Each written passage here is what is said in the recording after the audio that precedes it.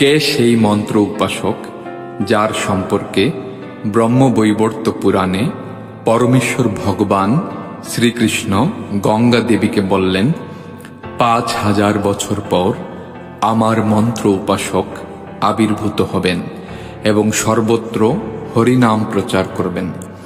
কে তিনি, যার মাধ্যমে ভক্তি দেবী ভারতবর্ষ ছেড়ে দূর দেশে গমন করার অভিলাষ নারদ মুনির কাছে ভাগবত মাহাত্ম্য পদ্মপুরাণের উত্তরকাণ্ডে ব্যক্ত করেছেন? কে সেই সেনাপতি ভক্ত যার কথা কলিযুগ পাবন অবতারী শ্রী চৈতন্য মহাপ্রভু শ্রী চৈতন্য মঙ্গল গ্রন্থে উল্লেখ করলেন? যদি পাপী ছাড়ি ধর্ম দূর দেশে যায়, মূর সেনাপতি ভক্ত যাইবে তথায়। শ্রী চৈতন্য চরিতামৃত গ্রন্থে বর্ণিত এই ভবিষ্যৎবাণীর উদ্দিষ্ট ব্যক্তিটি কে, যার দ্বারা শ্রী চৈতন্য মহাপ্রভু পৃথিবীর সকল নগরাদি গ্রামে হরিনাম প্রচার করাতে চান? পৃথিবীতে আছে যত নগরাদি গ্রাম, সর্বত্র প্রচার হবে মূর এই নাম। শ্রীল ভক্তি সিদ্ধান্ত সরস্বতী ঠাকুর বলেছিলেন, একজন আত্মদীপ্তিময় আচার্যের উদয় হবে, যিনি চমৎকার ভঙ্গিতে প্রচারের মাধ্যমে তার সমুন্নতি প্রমাণ করবেন। ভারতের প্রাক্তন প্রধানমন্ত্রী শ্রী লাল বাহাদুর শাস্ত্রী, যার গ্রন্থগুলিকে মানব সমাজের মুক্তির জন্য অনবদ্য অবদান বলে আখ্যায়িত করেছেন, দক্ষিণ আফ্রিকার সাবেক প্রেসিডেন্ট নেলসন ম্যান্ডেলার দৃষ্টিতে যার প্রতিষ্ঠিত সংগঠনে ঈশ্বরকে সঠিকভাবে আরাধনা করা হয়, বিটলস তারকা জর্জ হ্যারিসনের দৃষ্টিতে যিনি পরম সত্যের দিগদর্শনকারী, আধুনিক কালের শ্রেষ্ঠ কবি ও লেখক শ্রী সুনীল গঙ্গোপাধ্যায়ের দৃষ্টিতে যিনি একজন অনন্য সাধারণ ব্যক্তিত্ব, প্রখ্যাত সাহিত্যিক শীর্ষেন্দু মুখোপাধ্যায়ের মতে আমেরিকার মতো দেশে যিনি কৃষ্ণ ভক্তিকে গভীরে সঞ্চার করেছেন, প্রথিতযশা সাংবাদিক অমিতাভ চৌধুরী যাকে বলেছেন বিংশ শতাব্দীর বিস্ময়, যিনি বিশ্বজুড়ে অগণিত কৃষ্ণ ভক্ত ও গৌর ভক্তের সৃষ্টি করেছেন, সুবিখ্যাত ভারত তত্ত্ববিদ ডক্টর এম.এন. বেসামির দৃষ্টিতে যার নির্মিত গৃহে সারা পৃথিবীর মানুষ আশ্রয় পেতে পারে। কে তিনি? তিনি আর কেউ নন, তিনি হচ্ছেন ইস্কন প্রতিষ্ঠাতা আচার্য কৃষ্ণ কৃপা শ্রীমূর্তি শ্রীল অভয়চরণারবিন্দ ভক্তি বেদান্ত স্বামী প্রভুপাদ।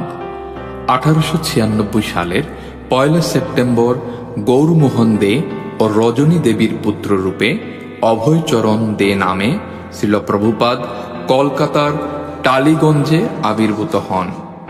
1901 সালে 6 বছর বয়সে অভয় তার প্রথম রথযাত্রা সম্পন্ন করেন। 6 বছর বয়সেই তার পিতা তাকে রাধা গোবিন্দ বিগ্রহ কিনে দেন। 8 বছর বয়সে অভয়চরণ মতিলাল শীল স্কুলে ভর্তি হন। 1918 সালে স্কটিশ চার্চ কলেজে পড়বার সময়ে তার পিতা রাধারানী দত্তের সঙ্গে তার বিবাহের আয়োজন করেন। স্কটিশ চার্চ কলেজে 4র্থ বর্ষে থাকাকালীন সময়ে ব্রিটিশদের প্রদত্ত ডিগ্রি গ্রহণে তিনি অনীহা প্রকাশ করেন। গৌরমোহন দে তার একজন ঘনিষ্ঠ হিতাকাঙ্ক্ষী শল্য চিকিৎসক ও কেমিস্ট কার্তিক চন্দ্র বসুর সহায়তায় অভয়ের জন্য একটা ভালো চাকরির ব্যবস্থা করেন। 1922 সালে তিনি শ্রীল ভক্তি সিদ্ধান্ত সরস্বতী ঠাকুরের সাক্ষাৎ লাভ করেন। 1933 সালের 21 নভেম্বর অভয়চরণ দে এলাহাবাদের গৌড়ীয় মঠে শ্রীল ভক্তি সিদ্ধান্ত সরস্বতী ঠাকুরের কাছ থেকে দীক্ষা লাভ করেন। গৌড়ীয় মঠ ভক্তি বেদান্ত উপাধিতে তাকে ভূষিত করেন 1939 সালে। 1944 সালের ফেব্রুয়ারি থেকে একক প্রচেষ্টায় ব্যাক টু গডহেড ম্যাগাজিন প্রকাশনা শুরু করেন। তিনি বানপ্রস্থ আশ্রম গ্রহণ করেন 1950 সালে।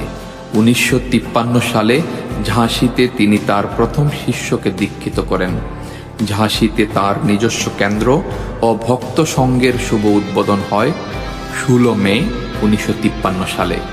1956 সালের সেপ্টেম্বরে তিনি শ্রী বৃন্দাবন ধামে চলে যান এবং তার জীবনের উদ্দেশ্য বাস্তবায়নের তীব্র প্রস্তুতি শুরু করেন।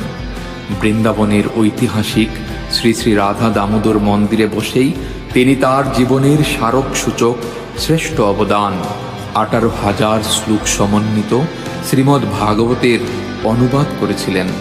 মথুরায় তার গুরু ভ্রাতা শ্রীল ভক্তিপ্রজ্ঞান কেশব মহারাজের কাছ থেকে তিনি সন্ন্যাস দীক্ষা লাভ করেন 1959 সালের 17 সেপ্টেম্বরে। 1960 সালের শরৎকালে এসি ভক্তিবেদান্ত স্বামী তার প্রথম গ্রন্থ পরলোকে সুগম যাত্রা প্রকাশ করেন। 40 টাকা ও ট্রাঙ্ক ভর্তি শ্রীমদ্ ভাগবত নিয়ে এসি ভক্তিবেদান্ত স্বামী আমাদের তথাকথিত জীবনধারার পরিবর্তন আনতে 1965 সালের 13 আগস্ট শুক্রবার সকাল 9টায় তিনি জলদূত জাহাজে করে আমেরিকার উদ্দেশ্যে যাত্রা করেন। আটলান্টিক মহাসাগর পাড়ি দেবার সময় 69 বছর বয়স্ক ভক্তিবেদান্ত স্বামী দুবার হার্ট অ্যাটাক করেন। 1965 সালের 17 সেপ্টেম্বর সকাল 5:30 জলদূত বুস্টন কমনওয়েলথ জেটিতে পৌঁছায়। আমেরিকার নিউ ইয়র্কে তিনি ইসকন প্রতিষ্ঠা করেন 1966 সালের 13 জুলাই। 1970 সালের 28 জুলাই শ্রীল প্রভুপাদ ইসকন পরিচালনার সর্বোচ্চ কর্তৃপক্ষ জিবিসি গঠন করেন। 1970 সালের 29 জুলাই তিনি ভক্তি বেদান্ত বুক ট্রাস্ট বিবিটি প্রতিষ্ঠা করেন। নাস্তিক কমিউনিস্টদের ঘাঁটি মস্কোতে শ্রীল প্রভুপাদ কৃষ্ণ ভাবনামৃতের বীজ বপন করেন 1971 সালের জুন মাসে। 1972 সালে তিনি ইসকন ফুড ফর লাইফ কার্যক্রম শুরু করেন। 1972 সালের মে মাসে তিনি মায়াপুর চন্দ্রোদয় মন্দির প্রতিষ্ঠা করেন। আমেরিকার ডালাস টেক্সাসে শ্রীল প্রভুপাদ গুরুকুল বিদ্যালয় স্থাপন করেন 1972 সালে। 1975 সালের 20 এপ্রিল তিনি ভারতের প্রাক্তন প্রধানমন্ত্রী শ্রীমতী ইন্দিরা গান্ধীর সাথে সাক্ষাৎ করেন। ইসকনের বৈজ্ঞানিক শাখা ভক্তি বেদান্ত ইনস্টিটিউট প্রতিষ্ঠা করেন 1975 সালে। 1966 থেকে 1977 সাল, বয়স 70 থেকে 81, অভাবনীয় মাত্র 11 বছর। এর মধ্যে তিনি রচনা করেছেন মোট 22,000 পৃষ্ঠা, অনুবাদ ও তাৎপর্য প্রদান করেছেন শ্রীমদ্ ভগবদ গীতার 700 শ্লোকের, শ্রীমদ্ ভাগবতের 18,000 শ্লোকের, শ্রী চৈতন্য চরিতামৃত গ্রন্থের 11,555 শ্লোকের, রচনা করেছেন শ্রী চৈতন্য মহাপ্রভুর শিক্ষা অমৃতের সন্ধানে, ভক্তি রসামৃত সিন্ধু, কপিল দেবের শিক্ষা, শ্রী ঈশোপনিষদ প্রভৃতি গ্রন্থাবলী। ব্যাক টু গড হেড পত্রিকা প্রকাশ করেছেন, যেটি মাসে 1 লক্ষ কপি পঠিত হয়েছে। শিষ্যদের উদ্দেশ্যে তার লিখিত 700 পৃষ্ঠার পত্র, যা পরবর্তীতে 5 খণ্ডের গ্রন্থ আকারে প্রকাশিত হয়েছে। শ্রীমদ্ ভাগবতের উপর তার প্রদত্ত প্রবচন 11 খণ্ডের পুস্তক আকারে প্রকাশিত হয়েছে এবং তার কথোপকথন 42 খণ্ডের গ্রন্থ আকারে প্রকাশিত হয়েছে। তার অসংখ্য প্রবচন রেকর্ডিং আকারে ধারণ করা হয়েছে। এসবের পাশাপাশি তিনি 10,000 ব্যক্তিকে কৃষ্ণ ভাবনামৃতে দীক্ষা প্রদান করেছেন। 12 বছরের উদ্যমী প্রচার যাত্রায় তিনি 14 বার সমগ্র পৃথিবীর 6টি মহাদেশ ভ্রমণ করেছেন ও নির্মাণ করেছেন 108টি অপূর্ব শ্রী শ্রী রাধাকৃষ্ণ মন্দির।